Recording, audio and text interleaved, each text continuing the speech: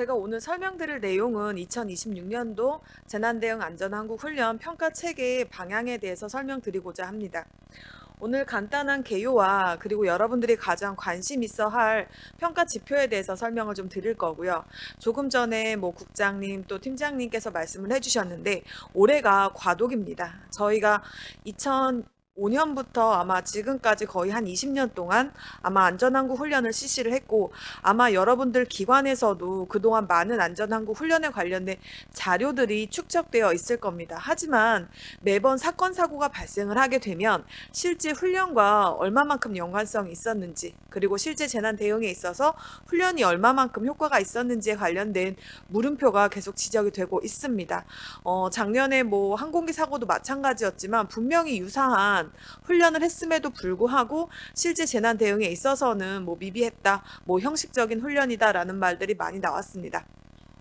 그러다 보니까 이제 작년을 계기로 해서 이제 안전항구 훈련이 한 단계 고도화가 될, 어떻게 보면 과도기라고 볼 수가 있습니다. 그래서 올해 안전항구 훈련이 조금 대대적으로 바뀌었고요.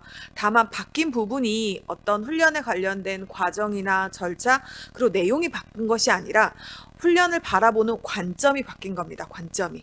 그래서 오늘 이제 제가 설명드릴 내용은 과도기로서 많이 바꿨기 때문에 그동안 했던 평가 방식을 고수한다라고 이야기를 하게 되면 분명히 조금 훈련은 열심히 준비한다 하더라도 낮은 점수를 받을 수밖에 없거든요. 그래서 오늘 가장 크게 바뀐 부분에 대해서 설명을 좀 드릴 거고, 저도 조금 우려가 되는 부분이 정량에서 정성으로 갔으면 객관성에서는 조금 우리 평가위원님들이나 정성적인 부분이 들어갈 겁니다. 그러다 보니까 실제 피해보는 거 아닌가라고 하겠지만 분명히 그런 부분에 있어서는 행정안전부와 그리고 실제 평가단과 컨설팅단이 많은 보완을 하고 있기 때문에 여러분들이 많은 의견을 주시면 올해뿐만 아니라 내년에도 계속해서 지속적인 보완을 할 예정입니다.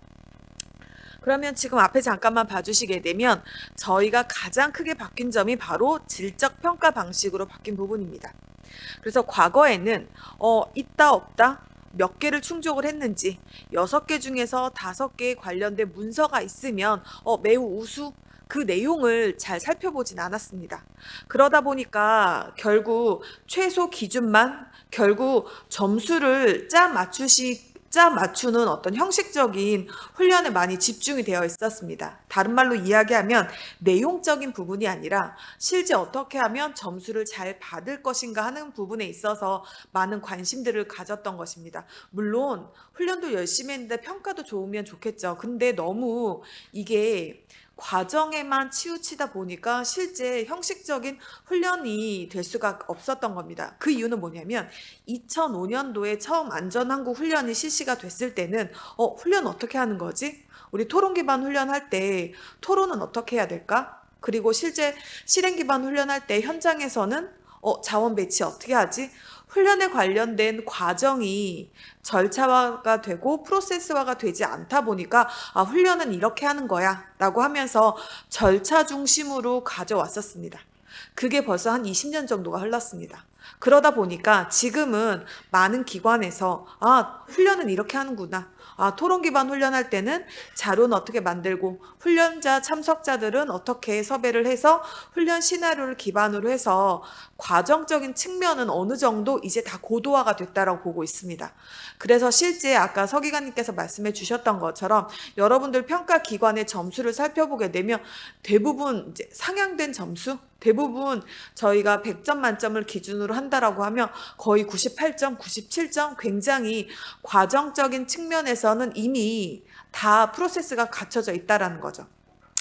그러다 보니까 실제 내용적으로 이제 이제 검증할 차례가 왔습니다. 그래서 올해부터는 정성적으로 질적으로 평가하는 방식으로 바뀌게 될 겁니다. 그래서 왼쪽에 봐주시게 되면 왼쪽은 단순히 평가 기준을 몇 개 충족을 했는지, 그럼 오른쪽 봐주시게 되면 물론 저희가 완벽하게 배제를 할 수는 없었습니다.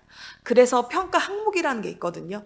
여러분들 가이드라인 뒷장에 봐주시게 되면 평가 지표가 나와 있을 겁니다. 평가 지표가 나와 있을 거고, 평가 지표를 봐주시게 되면 확인 사항이 있을 거고, 그 밑에 평가 항목 그리고 평가 기준이 있을 거고, 그러면 그 평가 기준에 따라서 예상되는 훈련 결과들이 있을 겁니다.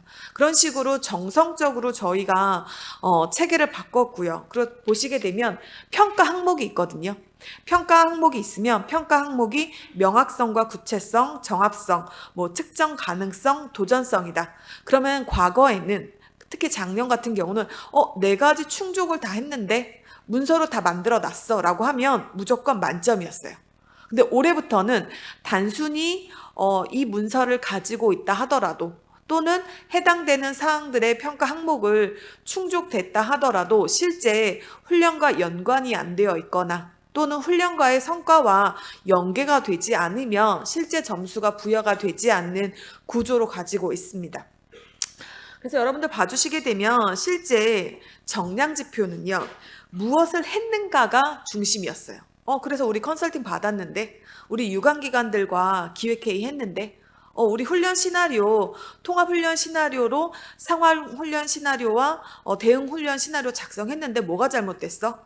그러니까 과거의 정량적인 어떤 평가 방식은 훈련 주간 기간에서 무엇을 했는지에 초점을 맞췄다라고 이야기를 하게 되면 이제 여러분들도 업그레이드를 하신 거잖아요. 그래서 정성지표는 어떻게 얼마나 잘 했는지, 품질과 성과에 초점을 맞춰서 저희가 평가할 예정입니다. 그러다 보니까 이렇게 되면 훈련 실효성 부분들도 있고, 저희가 그동안 훈련 평가 지표를 하면서 많은 훈련 주간 기관에서도 불만이 뭐였냐면 이런 거죠. 훈련 기관들이 특성도 다르고요. 규모도 다르고 그들이 담당하고 있는 재난 유형도 다 다르거든요. 그런데 저희는 그동안 똑같은 기준으로 절차 중심으로 평가하다 보니까 울며 겨자 먹기로 이행할 수밖에 없었던 겁니다. 그러다 보니까 올해부터는 이 부분이 정성적으로 바뀌면서 훈련 기관의, 다시 말해서 훈련 주간 기관의 특성이나 우리 기관의 뭐랄까요, 취약성 또는 우리 관할 지역에 어떤 위험이 있는지 특성을 잘 고려해서 만들어 주셔야 되는 겁니다. 그리고 저희가 이렇게 자율성을 부여한 만큼, 그리고 실제 아마 평가위원님들이 뭐 평가 기준은 있겠지만 평가 기준에 관련된 내용들을 보시게 되면 저희가 설계를 하면서 등 이렇게 써놨습니다. 이 등을 써놨다라고 하는 이유는 뭐냐면 최소한의 요건을 갖추지 않아도 우리 기관이 이거 말고 다른 특성이 있어. 그래서 그 특성을 고려해서 훈련을 설계했어 라고 인정을 받게 되면 우리 평가위원님들이 가서 그런 것들을 충분히 이해를 할 겁니다. 근데 그런 경우가 있어요. 분명히 평가 기준을 다 충족을 했어. 그런데 저도 평가를 가보고 컨설팅을 가봤는데 뭔가 찝찝한 게 있어요. 이 기관은 이거보다 조금 더 잘해야 될 것 같은데, 또는 이 기관은 과거에 유사한 재난이 발생을 했거나 또는 이 시설물들은 굉장히 많은 시민들이나 국민들이 이용하는 시설이라 뭔가 이거보다는 조금 더 뭔가 재난 대응 체계가 있어야 될 것 같은데, 이런 부분들이 있어요. 그러면 저도 가서 점수를 깎을 수가 없는 이유가 뭐냐면 이미 정형화된 틀 평가 기준이 있기 때문에 모든 문서가 마련이 됐으면 점수를 부여할 수밖에 없었습니다. 근데 올해부터는 저희 평가위원들이 가서 하나하나 확인을 하겠지만 그 훈련 기관의 규모, 특성, 지역들을 많이 볼 겁니다. 그렇게 보기 때문에 이 기관은 이 정도로면 충분하지. 이 기관은 그동안 잘했잖아. 특히 훈련을 잘하는 기관들이 있어요. 그럼 그 기관들은 어떻게 보면 우리 평가위원님들의 눈높이가 한 단계 업그레이드가 될 수도 있는 거죠. 그런 부분들이 있기 때문에 반드시 정성적인 부분만이 나쁜 부분만은 아닙니다. 반대로 훈련 주간 기관에서 해당 지표를 보면서 우리 시설은 국민들이 접근할 수 없는 시설이야. 그러면 국민 참여단이 불필요하거든요. 그런데 과거에는 꼭 국민 참여단이 있었어야 되는 거죠. 그러니까 그런 부분들은 반드시 평가위원이나 또는 행정안전부로 우리 이런 지표는 우리 해당 특성과 맞지 않습니다. 결칙치 처리해 주세요라고 하는 부분들이 있을 거예요. 그럼 반드시 평가받기 전에, 그리고 훈련을 설계하기 전에 반드시 결칙치 부분을 알려주셔야 됩니다. 그래야지 저희가 결칙지를 빼드릴 수가 있어요. 이 말은 다른 말로 이야기하면 자율권을 부여했고 나머지 평가 항목들을 얼마나 잘 이행하는지에 따라서 실효성 있는 훈련으로 진행할 수 있다라고 하는 부분이 있으니까 반드시 여러분들이 평가 항목 하나하나 그리고 그 평가 항목에서 우리가 과연 무엇을 할 수 있는지, 이제는 과거에는 평가 지표상에서 나와 있는 각각의 항목들을 얼마나 잘 준수를 하고 요거대로 따라가기만 했으면 되는데, 이제는 여러분들이 고민하셔야 돼요. 우리 실제 재난 대응했을 때 이 상황을 어떻게 해결을 할지. 저희가 훈련을 제가 한 10몇 년 동안 계속 훈련을 연구를 했는데, 훈련 한 번 했다고 해서 역량이 증가하진 않거든요. 한 번 했다고 해서 드라마틱하게 우리 기관이 훈련 역량이 상승했다, 이건 아니에요. 그럼 훈련을 한 번 하고 나면 담당자들이 훈련을 준비하는 동안 우리 관할 지역에서 이런 재난이 발생하네. 이런 재난이 발생하면 우리가 이런 것들이 좀 준비가 덜 되어 있네. 이런 것들은 미리 준비해야 되지 않을까? 이런 재난 발생하니까 이런 위험들도 있네. 한번 아는 거예요.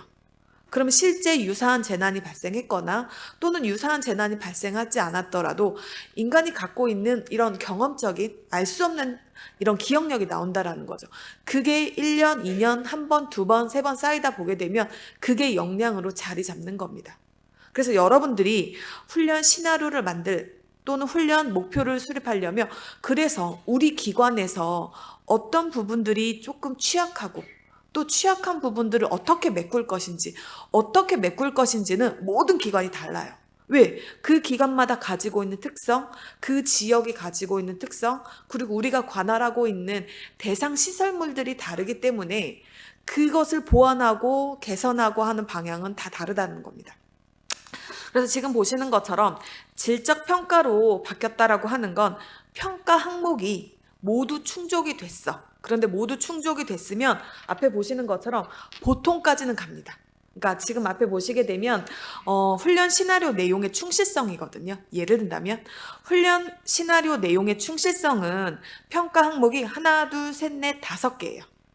그러면 5개가 다 충족이 됐어. 그러면 과거에는 만점을 받았는데 이제는 아마 다 충족이 됐으면 기본 3점이에요. 그러면 매우 우수를 받으려면 5개 항목이 훈련 목표와 연계가 돼서 완성도가 높아야 되는 거예요. 되게 애매하죠. 정성적인 부분이 애매할 수도 있지만 여러분들이 충분히 목표와 시나리오와 그리고 현장 훈련과의 연결성을 본다라고 하면 이 부분은 그리 어렵지는 않은 겁니다. 그럼 우수는 뭐냐면 분명히 5개는 충족을 했는데 일부 항목에서 조금 연결이 미흡한 부분이 있는 거예요. 보통은 다 충족을 했어. 그런데 실제 충족만 했지 훈련과 어떠한 연관도 없는 거죠. 그리고 미흡은 5개 항목 중에서 일부 누락된 항목이 있거나, 그리고 매우 미흡은 대부분 누락이 됐거나, 이런 식으로 저희가 완벽하게 정성적으로 평가 기준 없이 평가위원들한테 자율적으로 맡기진 않았습니다. 그래서 어느 정도의 기준은 주되 그 기준 안에서 훈련 기관이 가지고 있는 특성을 고려할 수 있도록 저희가 자율권을 많이 부여했습니다. 그래서 이렇게 이따가 좀 보시고 지표를 보시게 되면 평가 기준 밑에 저희가 예상되는 훈련 결과라는 걸 만들어 놨어요. 저희 평가위원님들이 여기 기관 매우 우수 줘야겠네 하고 클릭을 하잖아요. 근데 매우 우수는 훈련 효과가 극대화될 것으로 판단이 돼. 근데 조금 극대화되지는 않을 것 같은데? 그러면 어떤 부분들이 조금 보완이 필요할까? 그럼 한 단계가 등급이 낮아지게 될 수도 있습니다. 그래서 여러분들이 이제는 절차는 이미 아마 여기 계신 많은 기관들은 이미 안전항구 훈련은 10번 이상 했다고 저는 확신할 수 있습니다. 그럼 10번 이상 했다라고 하는 건 10번의 훈련 기본계획서, 시나리오, 메시지 아마 기관에 돌아가셔가지고 찾아보면 다 있으세요. 그럼 지금부터는 그러면 올해 훈련을 잘하기 위해서 내용적으로 여러분들이 고민을 해주셔야 되는 거예요. 그럴 때 고민하실 때 기관에서 가지고 계신 위기관리 매뉴얼, 그리고 과거에 훈련했던 다양한 자료들, 그리고 최근에 있었던 다양한 사건, 사고들 보게 되면 분명히 문제점들이 있습니다. 그럼 그 문제점들을 식별해 갖고 오셔가지고 훈련에 반영을 해주셔야 되는 겁니다.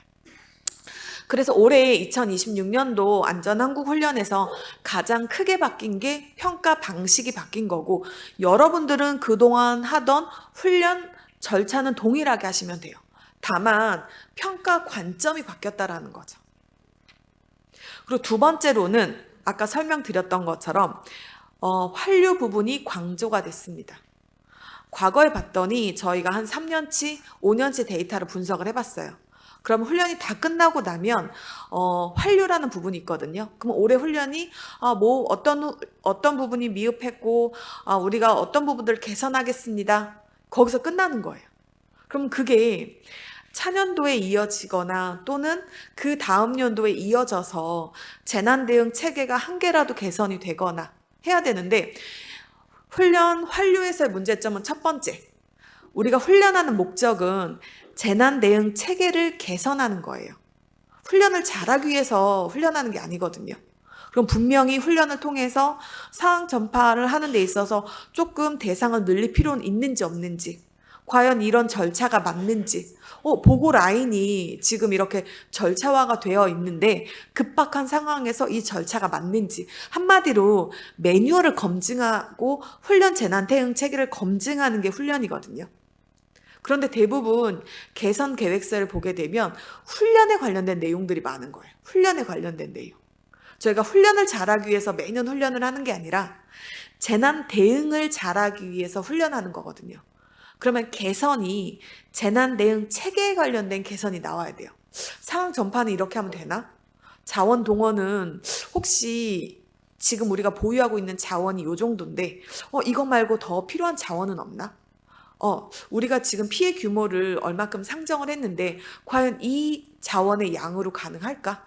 이런 식으로 재난 대응 체계에 대해서 고민을 하고 개선이 나와야 되는데 그동안은 그렇지 못했습니다. 그래서 2026년도 저희가 환류 부분을 강조한 게 첫 번째, 금년도에는 개선 과제 도출을 훈련을 위한 개선도 있지만 많은 비중이 재난 대응 체계에 관련된 개선을 도출하셔야 돼요. 그러면 우리 기관은 완벽해서 개선할 게 없는데요. 그러면 안 되거든요. 그러면 거기서 중점 뭐냐면 우리 기관에서 취약한 부분은 뭔지, 또는 지금 많은 대형 사건 사고들이 발생을 했잖아요. 그럼 언론에서 나오는 굉장히 많은 문제점들이 있습니다. 그러면 그 문제점이 그 기관만의 문제점일까요? 과연 우리는 그 문제점에 자유로운지 또는 유사한 문제점은 없는지 잘 식별해 주셔야 돼요. 그러면 훈련을 시작하기 전에 분명히 취약한 부분이 있으면 그 취약한 부분을 훈련 시나리오나 메시지로 반영을 하고 그 부분이 실제 훈련을 했을 때 작동이 되는지 안 되는지 보시면 돼요. 그럼 작동이 안 되네. 그럼 지금 매뉴얼이 뭐가 문제가 있네. 또는 자원이 부족하네. 이런 부분들이 나올 수가 있는 겁니다. 그래서 올해 훈련이 끝나고 나면 훈련에 관련된 문제도 도출하는 것도 중요하지만 단 하나라도 재난 대응 체계에 관련된 부분이 도출이 되셔야 돼요. 그리고 저희가 보시게 되면 전년도라고 하면 이따 뒤에서 설명을 드리겠지만 저희가 3년으로 한정을 지었습니다. 뭐냐면 작년에 훈련한 결과 개선 보고서가 있을 거예요. 그리고 23년도, 24년도, 25년도 분명히 있거든요. 그러면 올해 돌아가셔서 작년, 재작년, 23년도부터 훈련 개선 계획서를 찾으셔야 돼요.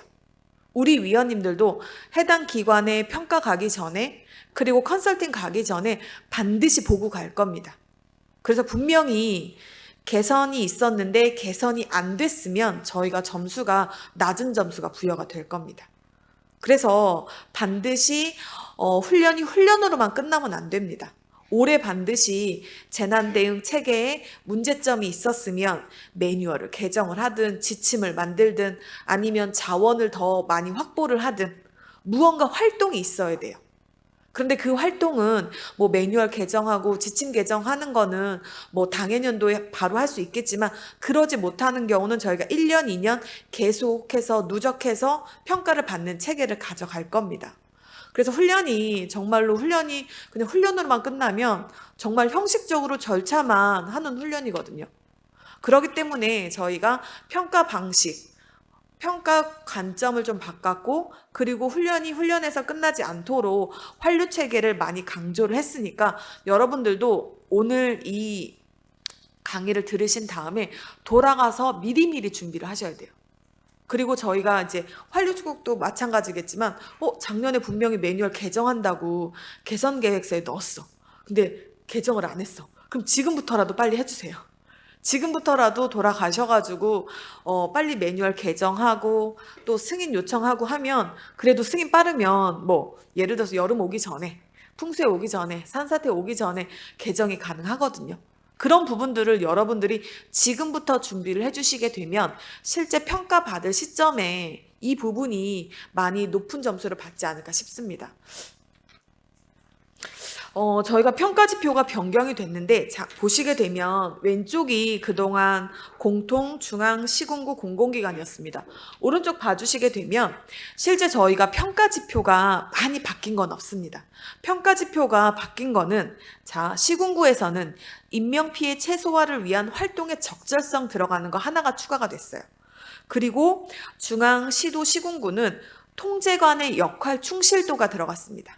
뭐냐면 과거에는 저희가 매뉴얼상 지휘 책임자 대부분 다 기관장님들의 역량을 측정을 했다라고 하면, 올해부터는 실국장님들, 실무에서 상황 관리를 하시는 분들의 인터뷰나 또는 질의를 통해서 그분들의 역할을 저희가 측정을 할 겁니다. 그래서 공공기관을 제외한 중앙, 시도, 시군구는 돌아가시자마자 재난 유형을 담당하는 소관 실국장님들한테 빨리 공부를 시키셔야 돼요. 그러니까 과거에는 뭐든지 다 그냥 기관장님들로만 저희가 했는데, 이제는 우리가 통제관의 어떠한 충실도라고 이야기를 했고요. 자, 그럼 벌써부터 웅성웅성 할 텐데 통제관이 누구지? 여러분들 훈련을 하는 해당되는 매뉴얼을 펼쳐보시게 되면 통제관이라는 게 있어요. 그럼 통제관이 있으면 그 밑에 보게 되면 소관 재난 유형의 실무 담당자 또는 소관 재난 유형의 뭐 실국장 이렇게 표시가 되어 있을 겁니다. 저희가 무조건 실국장님이 아니라 매뉴얼을 기준으로 할 겁니다. 매뉴얼을 기준으로 할 거기 때문에 올해 우리가 산불 할 건데, 그럼 산불을 담당하는 실국장님이 누군지 이걸 반드시 확인을 해 주셔야 돼요. 그래서 올해 달라진 거는 통제관의 역할 충실도가 들어갔다라는 점, 그리고 마지막에 나와 있던 전년도 훈련 결과가 얼마만큼 이행이 됐는지, 이 부분이 바뀐 부분인 거고요. 보시게 되면 지표명은 수정이 됐지만 그 안에 내용들은 과거와 동일합니다. 제가 아까 말씀드렸잖아요. 똑같은 훈련인데 관점만 바뀌었다고. 그래서 지표명이 어떤 부분들은 통합된 부분들도 있고 어떤 부분들은 조금 세분화가 된 부분들이 있기 때문에 아마 오늘 가이드라인 받으셨을 텐데, 가이드라인 맨 뒤에 보게 되면 저희가 평가 지표를 수록해 놨습니다. 평가 지표를 수록해 놨고 한번 살펴보시면 미리미리 준비해야 될 것들이 무엇인지가 나올 수가 있을 겁니다. 그래서 여러분들 저희가 훈련 평가 절차를 보게 되면 아마 가이드라인 뒤에 하나 펴주시게 되면, 혹시 제가 몇 페이지인지는 모르겠는데 그냥 지표 하나만 펴봐 주시면 좋겠어요. 혹시 몇 페이지인지 좀 알 수 있을까요? 책장.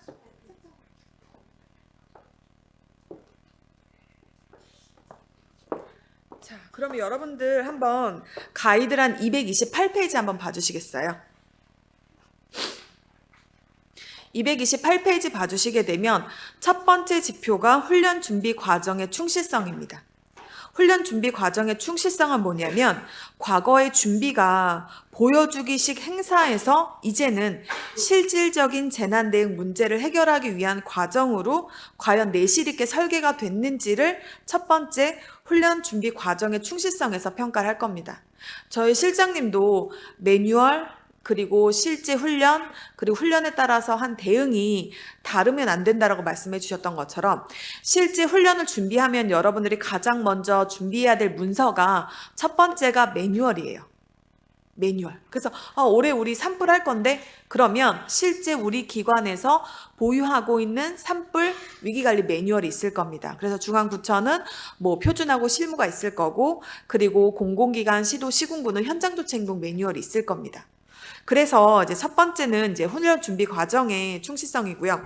그러면 229페이지 봐주시게 되면 우리 평가위원님들이나 컨설팅 하시는 위원님들이 가장 먼저 확인할 겁니다. 확인사항이 있어요.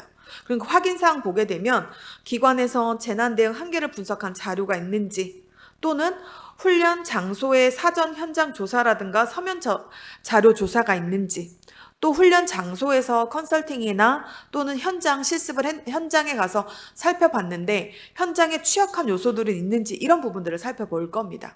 과거에는 문서 하나하나 뭐 증빙자료 만들듯이 증적자료를 했는데 굳이 그럴 필요는 없습니다. 올해부터는 여러분들이 실제 훈련에만 집중할 수 있도록 자료를 간소화하고 저희 평가위원님들도 훈련 자료에 대해서 특히 증빙 자료에 대해서 많은 부분들을 요구하진 않을 겁니다. 다만 해당되는 내용들이 훈련에 얼마만큼 반영이 됐는지 그러니까 결국 저희가 여러분들이 정말로 잘 받으시려면 훈련 기본계획서 그리고 훈련 시나리오, 실행계획서 요 세 가지 그리고 마지막에 있는 개선계획서 요 정도 문서로만 반드시 준비를 해주시면 되고 우리는 실행계획서 그냥 훈련 시나리오에 넣을래 라고 하면 시나리오 만들고 그 뒤에 부록으로 뭐 자원 목록이라든가 또 현장 훈련을 위한 자원 배치라든가 이런 거 넣으시면 되는 거예요.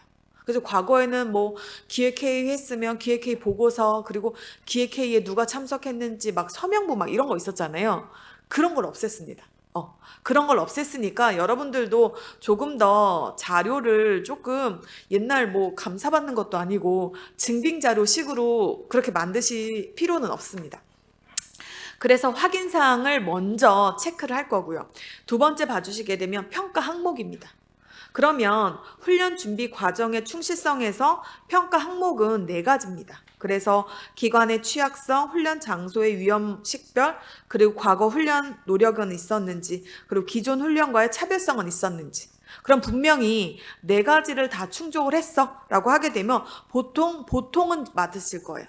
그런데 각각의 내용들이 과연 훈련과 얼마만큼 연계가 됐는지 실제 그 기관에서 취약성을 분석했다라고 하는데 그 취약성이 정말로 뭐랄까요? 그 기관이 고유한 특성이나 또는 그동안 과거에 있었던 다양한 어떤 재난 상황들을 고려했는지 이런 부분들을 볼 겁니다. 그러니까 지금부터는 한 글자 한 글자 보시면서 좀 고민을 해주실 필요가 있어요. 그러면 다음과 같이 평가 항목에서 그 다음에 각각의 내용들을 확인해 주시고 228페이지의 평가 기준으로 가게 되는 겁니다. 그러면 각각의 평가 항목들이 잘 준수했고 충실하게 훈련과 연계가 되어 있으면 이제 매우 우수 또는 우수 보통을 받으시게 될 거고요. 만약에 평가 항목에서 1개 또는 2개가 누락이 되거나 또는 대부분 누락이 되게 되면 실제 미흡이나 또는 매우 미흡을 받을 수가 있습니다. 마지막에 우리 평가위원님들은 실제 그 예상되는 훈련 결과까지도 보실 거예요. 그러니까 저희 위원님들도 실제 고민들을 많이 하실 겁니다.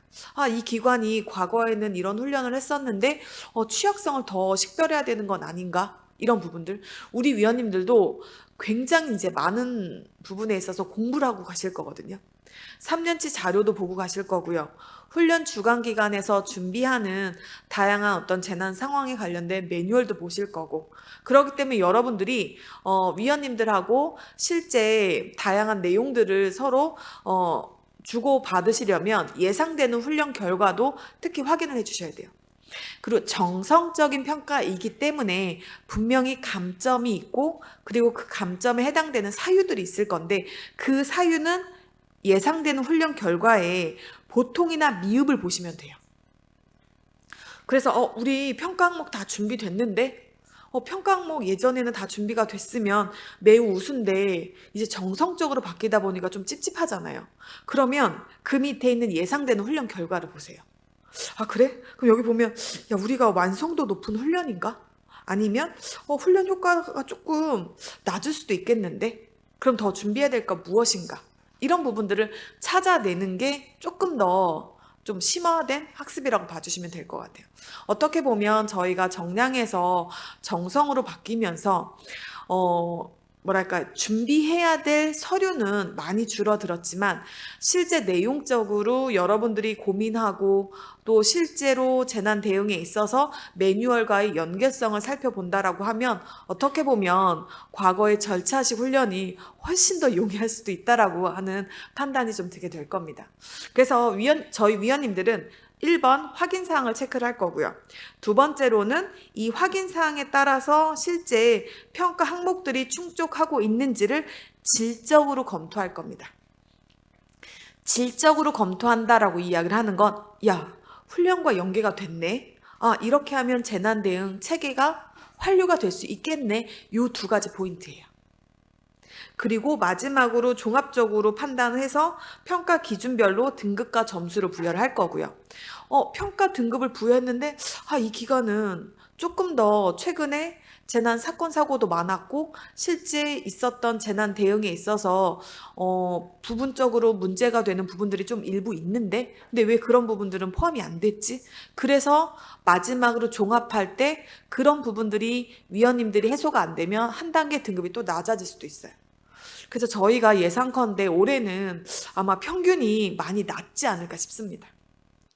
그래서 지금 평가 추진 체계는 그래서 실제 확인사항, 평가 항목, 평가 기준, 그리고 평가 의견에 작성된 부분들이 봐주시면 좀 될 것 같습니다. 그래서 평가 추진 절차는 앞에 보시는 것처럼 기존 평가 기준을 준수해서 평가 항목으로 저희가 설정을 했고요.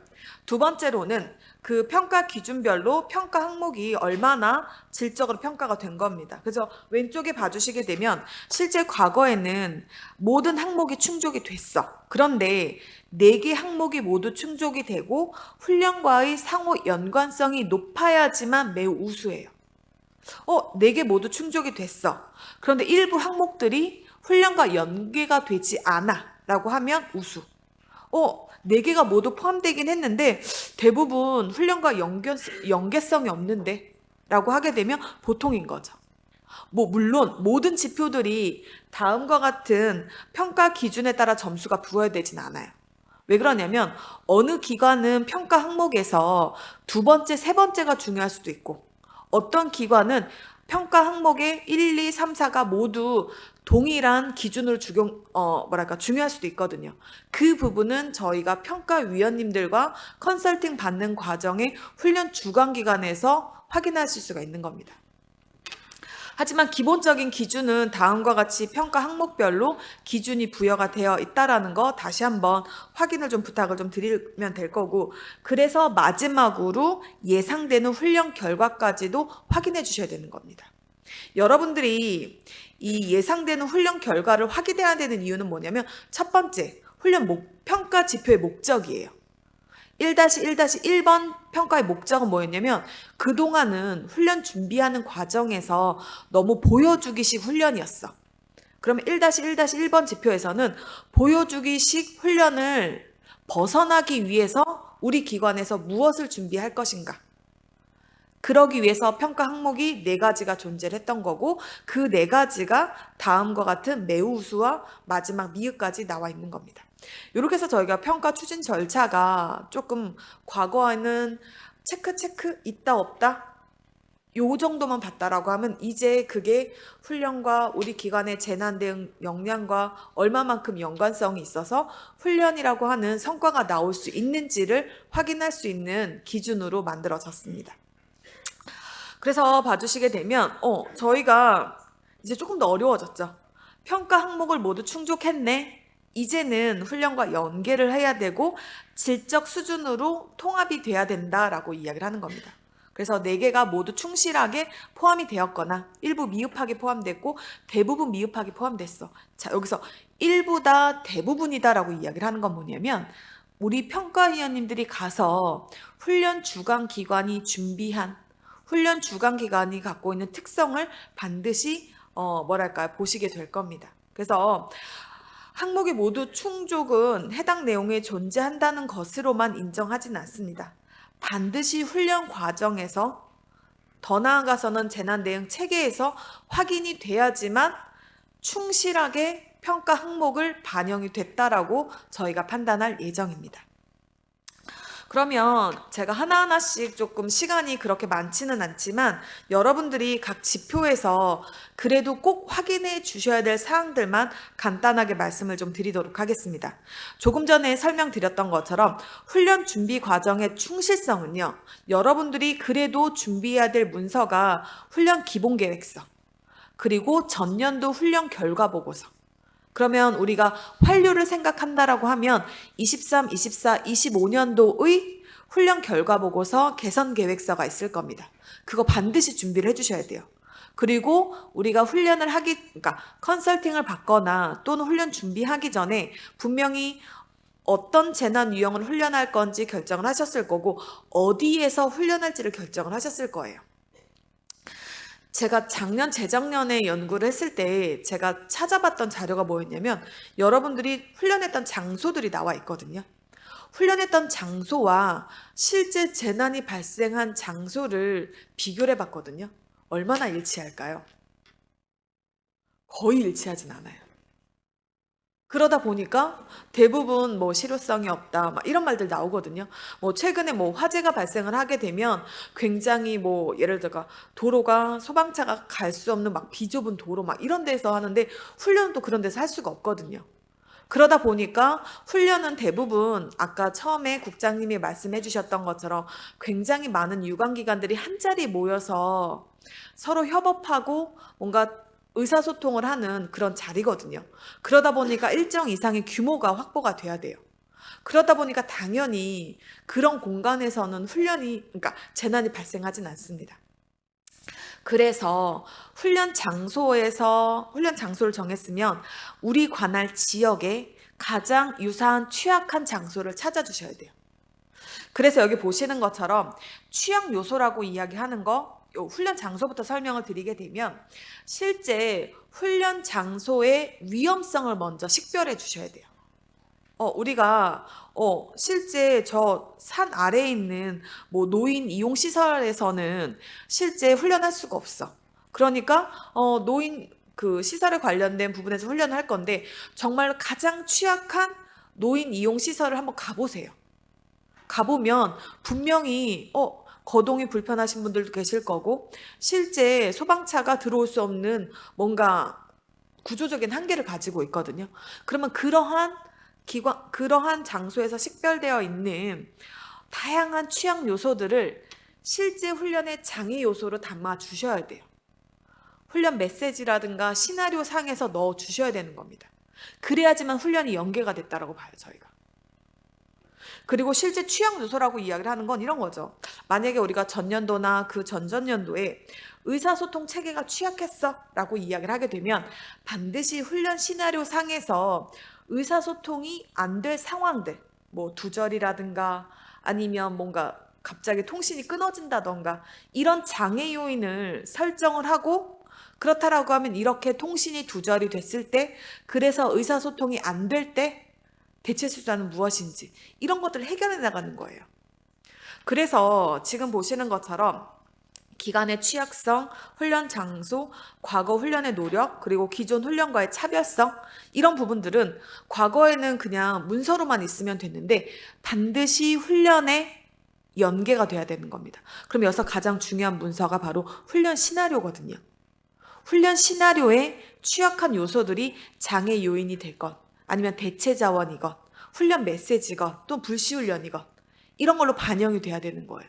그러면 그러한 장애 요인들을 어떻게 해결할 것인지, 그 해결되는 방법들은 우리 그럼 자원 더 많이 확보할까?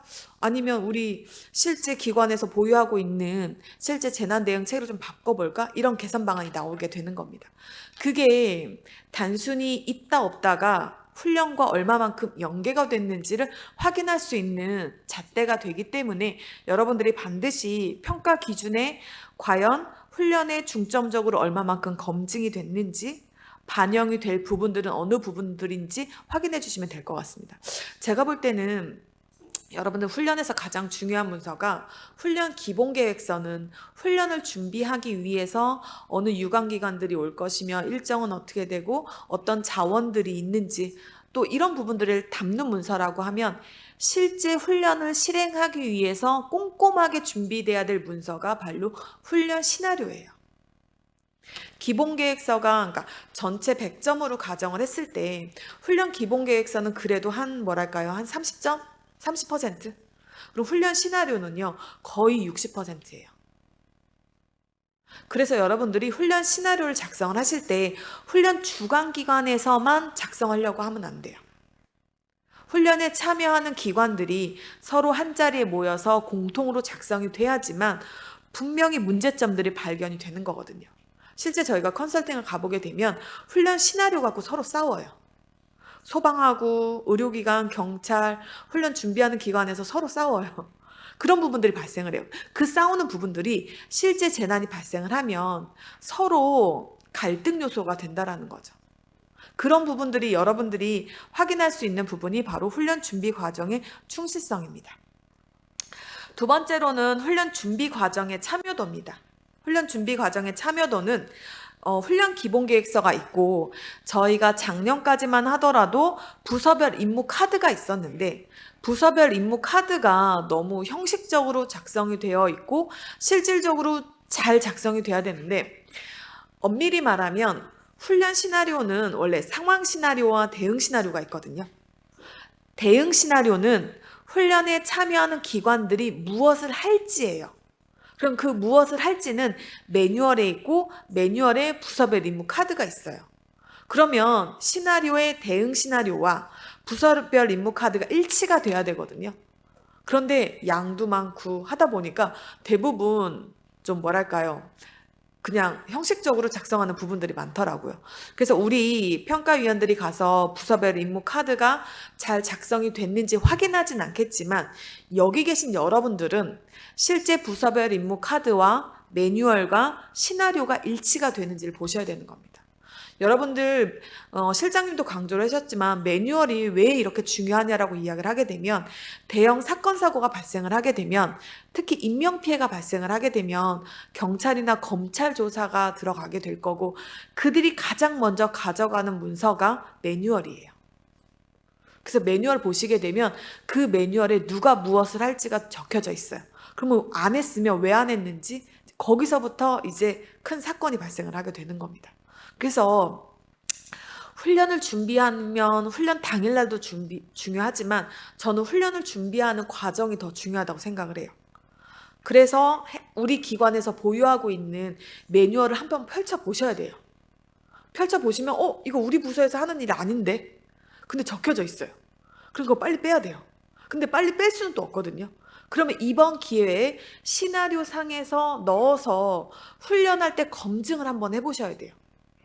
그러면 훈련에서 검증을 해봤더니 이거 진짜 우리 소관 부서 업무가 아니야. 그러면 빨리 훈련이 끝난 다음에 개정을 하면 되는 거거든요. 매뉴얼 한 번도 재난을 경험해보지 않거나 최근에 신종재난이 많이 발생을 하잖아요. 그럼 여러분들 기관에서 보유하고 있는 매뉴얼이요. 거의 30종이 넘거든요. 특히 작년에 사회재난 쪽이 엄청나게 많이 생겼어요.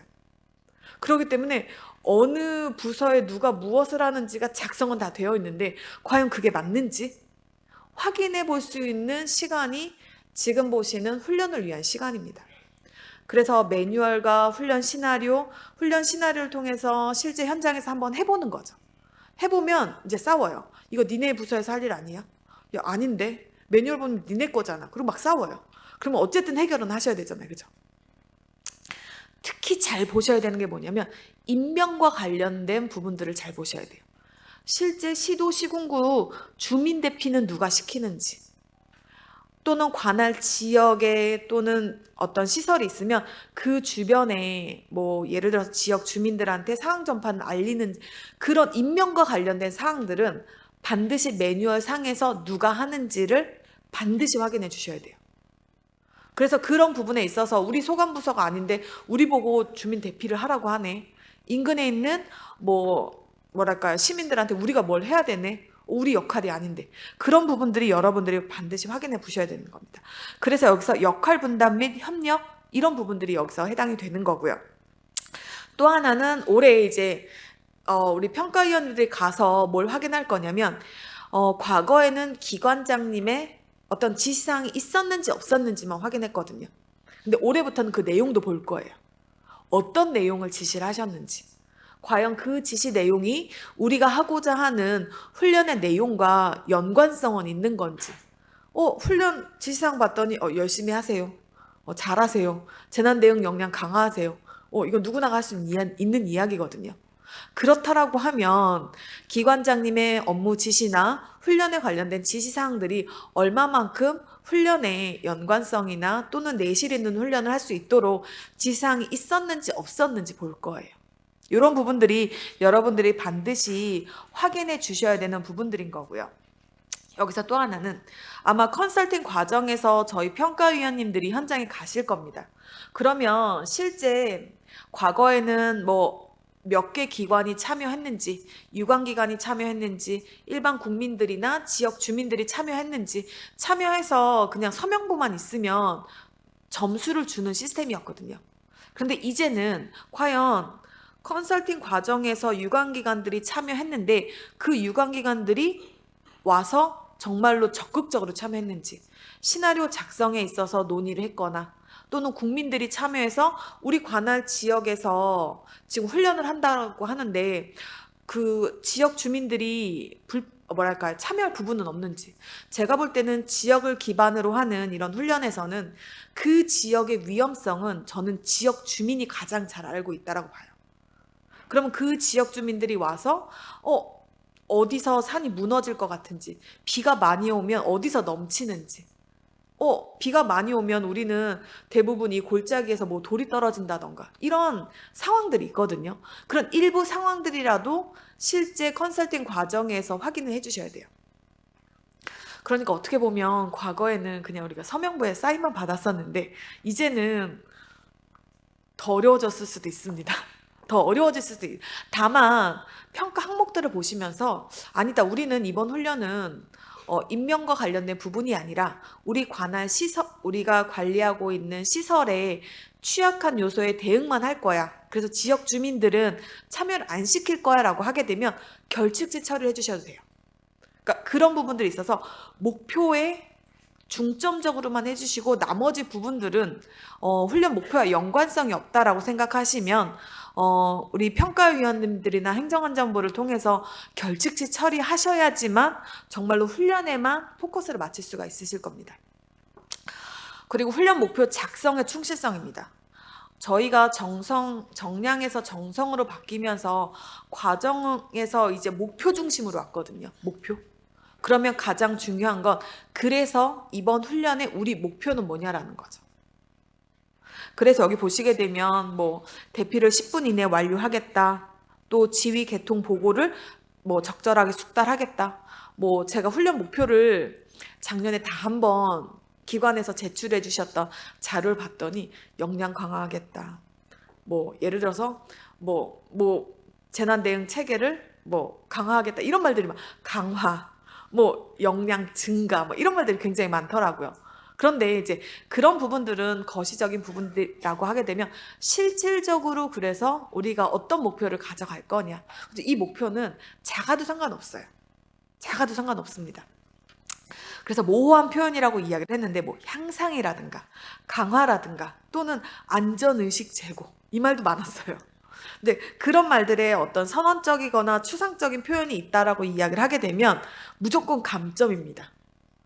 그럼 무조건 감점이기 때문에 무조건 정량이 답은 아니지만 그래도 우리가 이 훈련을 통해서 어떠한 재난 대응 체계의 문제점이나 취약한 요소를 식별할 건지. 우리는 자원이 너무 부족한 것 같아. 그럼 이번에는 한번 기후변화 아니면 신종재난이 많이 발생한다고 하는데 지금 전통적으로 보유하고 있는 자원 말고 새롭게 자원의 확보가 필요한 부분들은 어떤 부분들인 거지. 이렇게 작은 주제를 가지고 훈련을 해도 저는 굉장히 효과성이 있을 것 같아요. 아니면 뭐 산불 봤더니 산불이 과거에는 지역적이었는데 이제는 산발적으로 발생하잖아요. 그럼 우리 옆에 기관들과 협업을 어떻게 하지? 이런 부분들. 통합 연계 훈련이 아마 뒷부분에 있었는데 과거에는 대부분 수직적 통합 연계 훈련이었어요. 그런데 지금은 수평적으로도 가능합니다.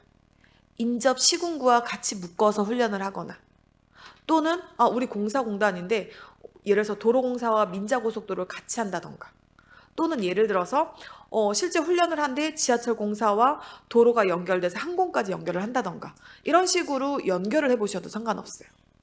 그래서 실질적으로 훈련 목표는 과거에는 뭐 향상시키겠다, 강화하겠다, 뭐 의식을 제고하겠다 굉장히 큰 목표였지만 올해부터는 실질적으로 여러분들 기관에서 취약한 요소가 무엇인지를 먼저 식별하시는 것이 가장 중요합니다.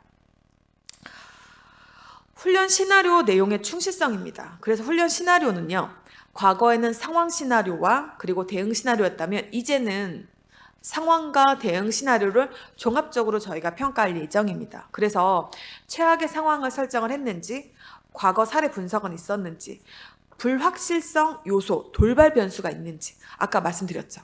여러분들이 앞부분에서 나왔던 다양한 장애 요인들이 있을 거예요. 장소에 관련된 장애 요인들도 있을 거고 또는 과거의 훈련을 통해서 발생했던 개선 사항들이 있을 거거든요. 그럼 그런 사항들을 돌발 변수나 또는 불확실성 요소라고 해서 시나리오에 반영을 해주시면 되는 거예요. 그러면 그 시나리오 상에서 문제를 해결하고 문제가 해결되지 않아도 돼요. 올해 같은 경우는 우리가 항상 훈련이 끝나고 나면 훈련 잘했다고 박수 치면서 끝나거든요. 근데 실패한 훈련도 여기서 말하는 제가 실패한 훈련이라고 이야기를 하는 건 문제를 해결하지 못해도 상관은 없습니다.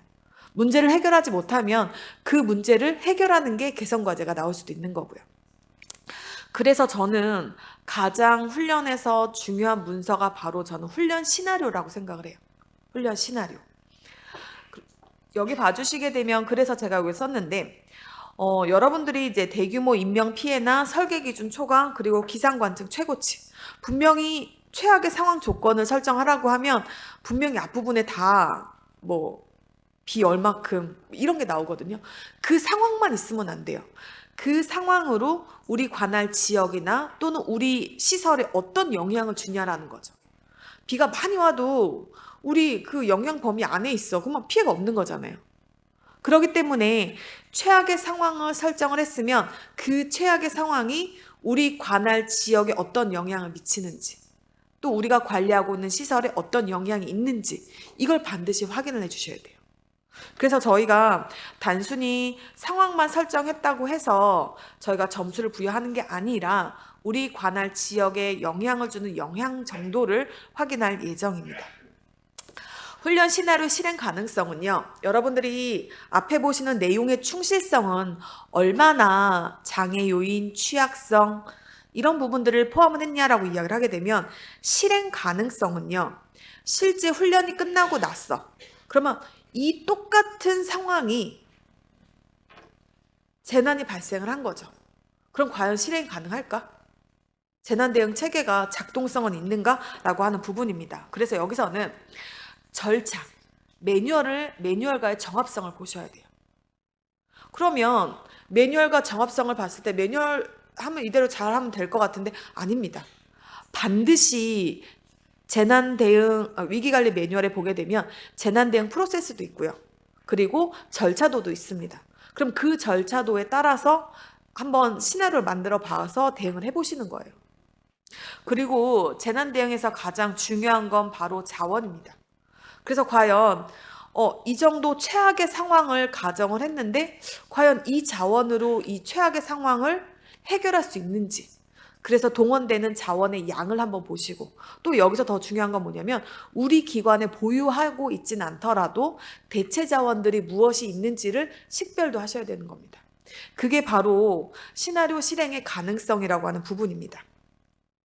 그리고 이제 2-1- 상황 접수, 보고, 전파 대상의 적절성은요. 여기 좀 많은데 이거는 중앙과 시도만 해당이 되는 거고, 여기서 가장 중요한 건 뭐냐면 과거에는 매뉴얼에 따라서 매뉴얼에 있는 기관들에게 전파를 했으면 잘 만점을 받았거든요. 근데 올해부터는 재난 상황에 극한 상황을 했잖아요.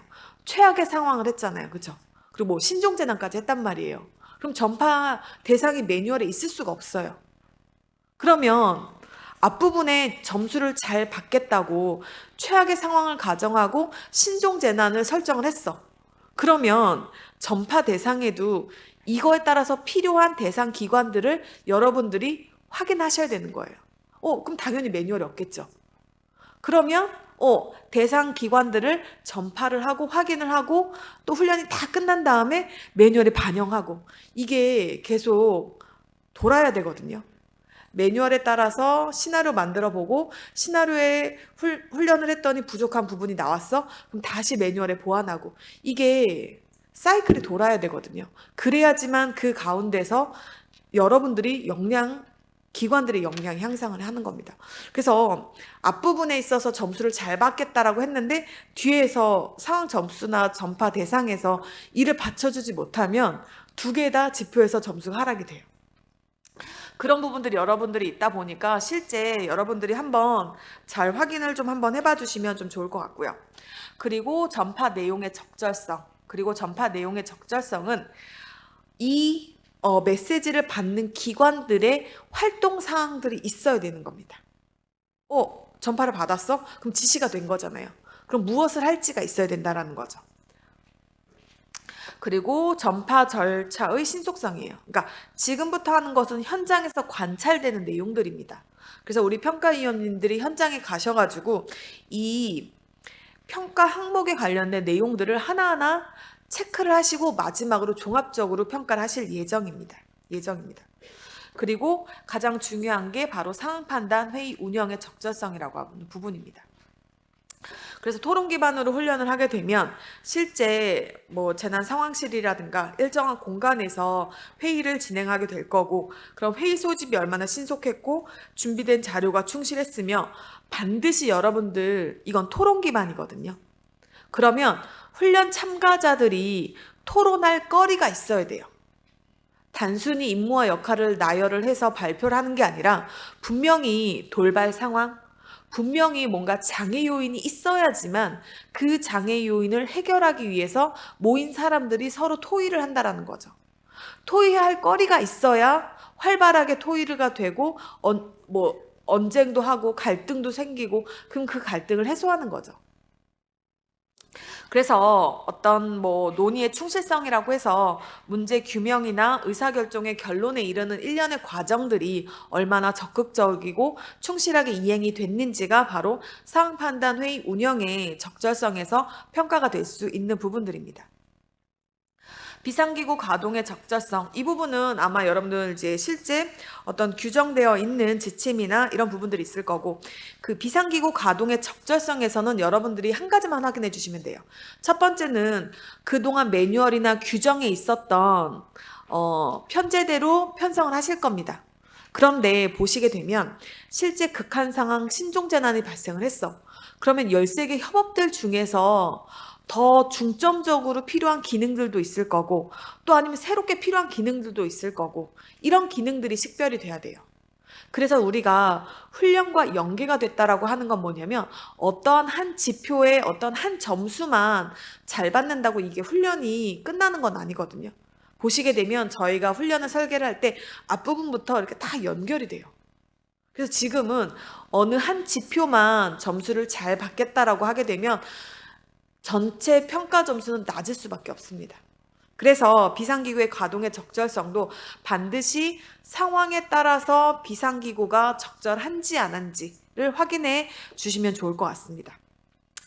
그리고 재난대응 단계 문제 해결의 적절성은 초기 대응과 비상 대응, 수습 복구로 나눠져 있습니다. 수습복구로 나눠져 있을 거고, 초기 대응은 비상기구가 가동이 되기 전까지 재난이 발생해서 상황실로 신고가 접수가 됐습니다. 그러면 비상기구가 가동이 되기 전까지 해야 될 일, 그래서 상황 전파, 그다음에 확대 가능성은 있는지, 그리고 실제 인명피해가 우려가 되는지 이런 부분들을 확인하기 위한 문제점들을 식별하고 실제 이를 해결하기 위한 다양한 방안들이 있는지 없는지를 확인해 주시는 게 바로 재난 대응 단계별 문제의 적절성입니다. 그래서 이 부분은 초기 대응과 비상 대응으로 구분되어 있으니 여러분들께서 두 가지 다 확인을 해주시면 좋을 것 같습니다. 근데 그런 경우가 있을 수 있어요. 우리 훈련은 비상기구 가동하기 전까지 초기 대응만 이번에 훈련해 볼 건데요. 이렇게 정할 수도 있잖아요. 그러면 이 비상 대응부터는 다 빠지셔도 상관없습니다. 그러니까 그런 부분들을 먼저 설정을 하시라는 거예요. 과거에는 무조건 재난이 발생하고 초기 대응하고 비상 대응하고 수습 복구하는 일련의 모든 과정까지 다 충족을 해야지만 완벽한 훈련이었는데, 아니다, 우리 이번 훈련은 재난 발생하고 비상기구 가동하기 전까지 초기 대응만 정말로 한번 해보고 싶어 라고 하게 되면 훈련 목표를 설정해 주시고 그에 따른 내용들만 해주시면 돼요. 그럼 지금 보시는 것처럼 비상대응과 수습복구가 필요 없잖아요. 그럼 그런 부분들을 충분히 행정안전부와 평가단이 통해서 결칙지 처리하시면 되는 겁니다. 그런 부분들이 올해 목표 중심의 훈련인 거고, 정성적으로 결칙지를 통해서 종합 평가가 될 예정이니까 여러분들 다시 한번 확인해 주시면 좀 좋을 것 같습니다. 그리고 저희가 올해 또 하나 중점적으로 들어간 부분이 뭐냐면 기관과의 협업 노력도입니다. 기관. 그러니까 우리 기관만이 아니라 타 유관기관과의 협업, 타 유관기관과의 협업이라고 하면 실제 인접 시군구, 인접 시도, 또는 우리 옆에 있는 공사공단, 또는 우리 시설 피해로 인해서 영향을 미칠 수 있는 다양한 유관기관들과의 협업 노력도입니다. 그래서 중앙부처는 기관과의 협업 노력도가 될 수 있을 거고, 시도는 시군구를 얼마나 협업하고 지원을 잘 했는지에 관련된 부분입니다. 앞으로 재난 발생은 대규모 그리고 한계 기관의 문제로만 해결되진 않습니다.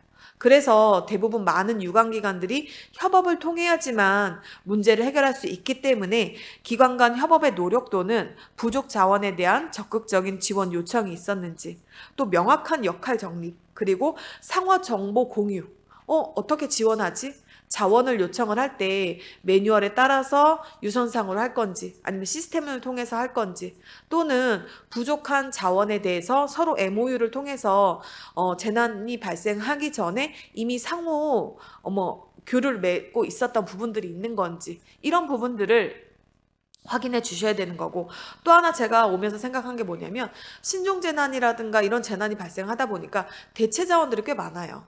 그러면 매뉴얼상에 나와 있는 전통적인 자원보다는 새로 나오는 어떤 대체 자원들과의 협업도 한 번쯤은 여러분들이 고려해 보실 필요가 있다라고 하는 부분의 지표가 바로 2-17번의 기관 간 협업 노력도입니다. 그리고 재난 현장 기구 가동의 충실성은 중앙부처와 시도만 해당이 되는 거고, 실제 이 재난현장 지원 기구는 중앙부처와 시도는 현장에 지원하는 부분들이기 때문에 그러니까 재난 현장 상황을 얼마나 빠르게 파악하고 정확하게 현장 문제를 인식해서 먼저 선제적으로 지원할 것인가라고 하는 부분입니다. 그리고 지휘 책임자의 역할 충실도와 통제관의 역할 충실도입니다. 그래서 지휘 책임자는요, 상황 판단 조치를 지시하거나 기관 간의 조정이나 중재 역할을 충실하게 수행했는지, 그래서 우리 지휘 책임자가 가져야 될 역량은 상황 파악 역량, 의사결정, 그리고 갈등 조정 역량이라는 거죠. 그러면 여기 계신 여러분들이 훈련을 준비를 하실 거잖아요. 설계를 하실 거잖아요. 그러면 지휘 책임자가 갈등을 조정하는 역량을 보이려면 갈등을 만드셔야 돼요.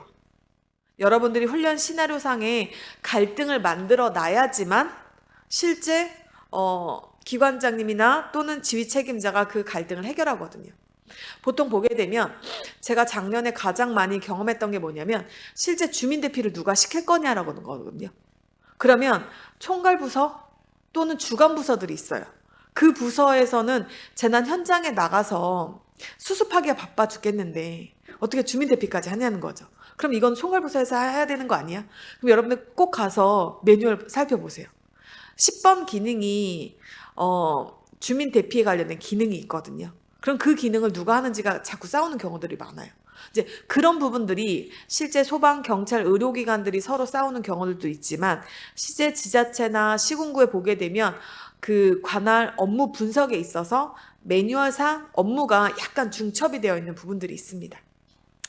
그래서 기관장님이 또는 지휘 책임자가 갈등 조정 역량이라고 하는 부분에 있어서 좋은 점수를 받으려면 여기 계신 여러분들이 훈련을 설계하면서 갈등이 있는 요소들을 시나리오상에 넣어주시고 그걸 해결하는 모습을 현장에서 보여주셔야지만 실제 이 점수를 획득할 수가 있는 겁니다. 다음은 이제 올해 처음으로 들어간 부분이 뭐냐면 통제관의 역할 충실도입니다.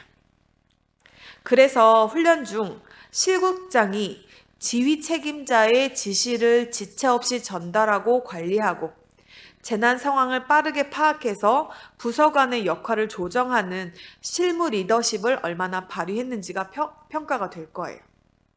그래서 여기 보시게 되면 신속 정확하게 파악하고 지휘 책임자의 지시사항이 전달되는 과정에서 둘이 뭉실하게 전달되는 것이 아니라 명확한 지시 이행을 하기 위한 어떤 용어라든가 내용으로 전달이 됐는지 이런 부분들을 볼 거고 부서 간의 대응 조정이나 실무 관리 역량을 통해서 과연 실무자로서의 리더십을 보유하고 있는지를 평가하는 부분이 통제관의 역할 충실도입니다. 그리고 대국민 홍보 노력도입니다. 대국민 홍보 노력도는 아마 홍보비로도 많은 비용들이 할 수 있을 텐데 올해 같은 경우는 이제 뭐랄까요, 팜플렛을 몇 건을 했는지 또는 다양한 홍보 매체를 통해서 홍보를 얼마나 했는지 이게 중요한 게 아니라 실제 홍보 내용을 이제 평가위원님들이 보시고 올해 훈련 중점 사항들을 반영을 했는지 그리고 파급 효과가 큰 매체를 통해서 훈련에 홍보를 했는지 그리고 시민 참여를 유도할 수 있는 다양한 방법들을 마련해 냈는지입니다. 실제 그 밑에 훈련 다양한 어떤 내용들을 보게 되면 그 밑에 QR 같은 게 있거든요. 근데 QR 같은 거 들어가 보게 되면 기관 홍보 자료가 있는 경우들도 있고요. 대부분 QR 들어가 보게 되면 훈련 내용이 그냥 일반적으로 행정안전부가 지침 내려준 기본사항이 될 수도 있고요. 그리고 작년 거, 재작년 거 계속 연도만 바꿔서 쓰는 경우들도 종종 있고요. 이제 그런 부분들이 나쁘다고 하는 건 아니지만 그래도 동일한 비용으로 작성이 된다라고 하면 올해 우리 기관에서 하는 훈련이 뭔지는 우리 기관의 주변의 국민들한테 알려는 줘야 되잖아요. 그리고 한번 클릭해 봤을 때 그 클릭을 통해서 훈련을 참여할 수 있는 방법들도 여러분들이 한번 생각해 보시면 좋은 점수를 받을 수 있는 하나의 지표니까 여러분들이 대국민 홍보 노력도도 한번 잘 봐주시면 좀 좋을 것 같습니다. 그리고 국민 참여의 적절성. 아까 말씀드렸죠. 이제는 단순히 국민이 참관 아니면 현장에 와서 그냥 대피하는 거 안 됩니다. 기획 설계 단계부터 우리가 정말로 해당 시설이 국민들이 많이 이용하는 시설이다. 또는 우리 시설에서 뭔가 피해가 발생을 하게 되면 우리 주변에 지역 주민들이 영향을 미쳐. 그렇다라고 하면 반드시 기획 설계 단계부터 국민들을 참여시켜서 과연 그들이 애로사항은 뭔지 그리고 그들이 현장에서 느끼는 위험 요인은 무엇인지를 반드시 기획 설계 단계부터 해주셔야 돼요. 그리고 실시 단계 때는 실질적 역할을 수행하는 거고 단순 참관에 머무는 것이 아니라 실제 대피 조력자들과 역할을 충실하는 거죠. 실제 재난이 크게 발생을 하잖아요. 앞으로 기후변화다 아니면 앞으로 신종재난이다 대규모다라고 이야기를 하게 되면 정부의 역량만으로는 다 해결할 수가 없습니다.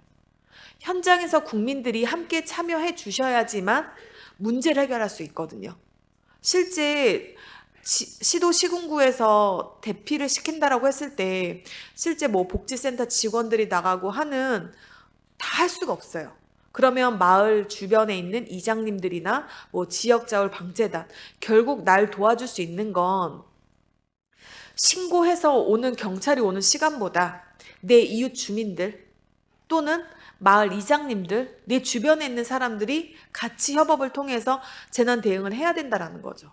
이게 과거에는 정부가 모든 재난에 대해서 국민들을 보호할 수 있었지만 규모가 커지면 행정력이 미치지 않습니다. 그래서 반드시 지역 주민들, 국민들이 참여를 하고 뭔가 함께 해야지만 재난 대응 역량을 강화할 수가 있는 겁니다. 그래서 반드시 기획 설계 단계, 실시 단계, 완료 단계에 모두 참여를 통해서 국민들이 해당 재난 유형에 대해서 훈련을 참여할 수 있도록 여러분들이 이끌어 주셔야지만 국민 참여의 적절성이 판단이 되시게 될 겁니다. 그리고 금년도 개선과제 도출의 적절성 말씀드렸습니다. 훈련을 위한 개선 과정의 비중은 줄이셔야 되고 재난 대응 체계, 그래서 지휘 통제, 기관 간 협업, 자원, 인명보호, 상황 전파, 수습 복구, 여기에 해당되는 문제점들을 발굴할 수 있어야 돼요. 그리고 금년도 개선계획 수립의 적절성이 있는 거고, 이제 마지막으로 전년도 훈련 결과의 후속 조치 이행률을 볼게요. 보시게 되면 작년도 23년도부터 25년도까지 훈련 개선 계획에 보게 되면 개선할 과제가 있을 겁니다. 그러면 돌아가셔서 개선 과제 목록을 먼저 만드셔야 돼요. 목록을 만드시고 우리 23년도도 안 했고 24년도도 안 했고 25년도도 안 했어. 그럼 어쩔 수 없습니다. 하지만 우리 25년도만 했어. 그러면 25년도 것만 갖고 오셔도 돼요. 그런데 문제는 뭐냐면 저희가 원칙적으로는 전년도 거만 했는데 올해 첫 도입되는 지표이기 때문에 전년도의 범위를 3개년으로 했습니다. 다만 여기에는 규칙이 있어요. 첫 번째로는 25년도 개선 사항은 반드시 포함이 돼야 돼요. 그리고 분자와 분모의 기준 연도는 동일해야 됩니다. 그래서 오른쪽 봐주시게 되면 그래서 우리가 25년도 것만 할래 라고 하면 25년도 개선 과제 수가 있을 거예요. 그러면 25년도 개선 과제 수에 과연 몇 개까지 이행을 했는지, 아니다, 우리는 24년도 25년도 할래. 아니야, 우리는 23, 24, 25 할래. 아니야, 우리 24년도는 개선 과제가 너무 많았어. 그런데 이행한 게 없어. 그럼 24년도 빼고 싶은 거예요. 그럼 23년도랑 25년도만 하면 돼요. 근데 우리 23년도 것만 할래. 그건 안 됩니다.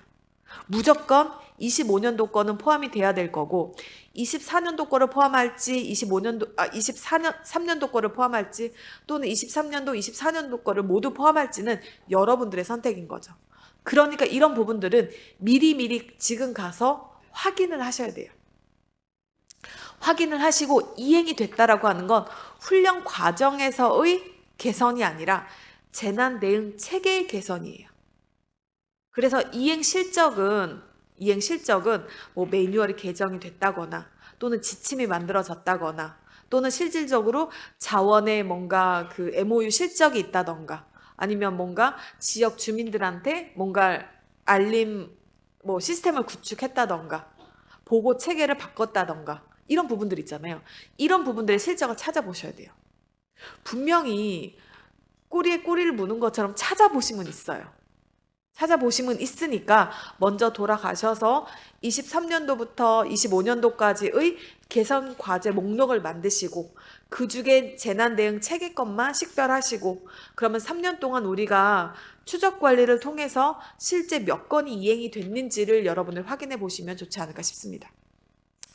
아마 제가 볼 때는 이 마지막 지표가 아마 여러분들 편차가 많이 차이가 나지 않을까 싶습니다. 그래서 올해는 지금 정량적인 부분에서 정성적으로 부분이 많이 바뀐 만큼 아마 저희 위원님들도 기관의 특성을 많이 고려를 할 거고 분명히 목표 중심으로 가셔야 돼요.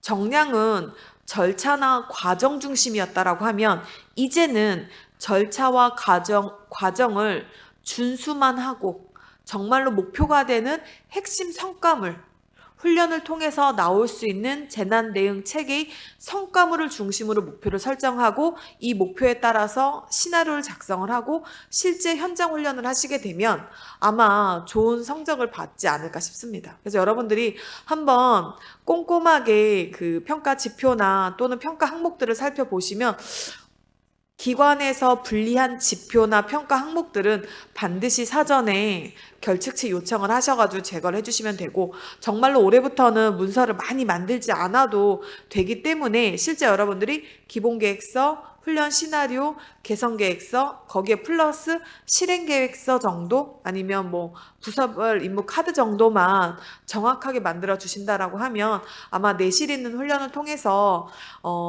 뭐랄까요, 두 마리 토끼 다 잡을 수 있는 그러한 훈련이 되지 않을까 싶습니다. 오늘 시간 관계상 제가 여기까지 좀 설명을 좀 드렸고요.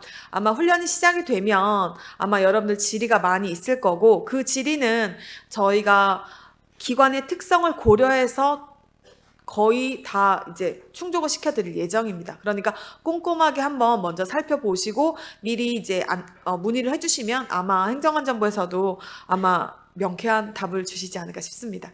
네, 제가 오늘 평가 지표 설명드릴 내용은 여기까지입니다. 수고하셨습니다.